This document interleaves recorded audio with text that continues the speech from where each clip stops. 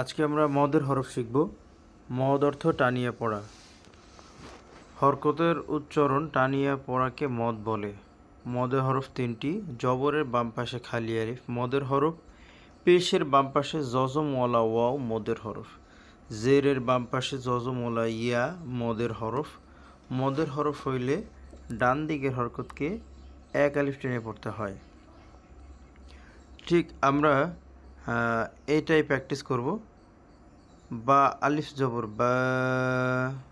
বা আলিফ জবর বা ওয়াও পেশ বু বা ওয়াও পেশ বু বা ওয়াও পেশ বু বা ইয়া জেরবি বা ইয়া জেরবি বা ইয়া জেরবি।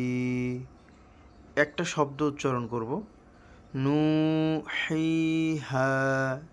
এই শব্দটার ভিতরে সবগুলা মদই এর মধ্যে আছে, এক আলিফ মদ।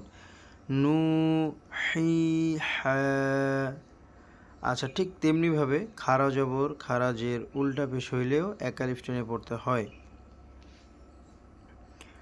যেমন মা মিম খারা জবর মা, এখানে দেখেন মালিকি ইয়াউমিদ্দিন।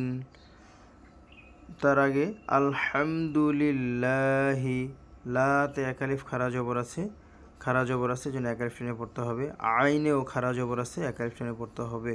বিসমিল্লাহ, এখানেও খারা জবর আছে, এক আলিফ টেনে পড়তে হয়।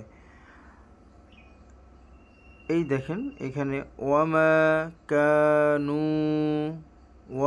কানু নুহিহা।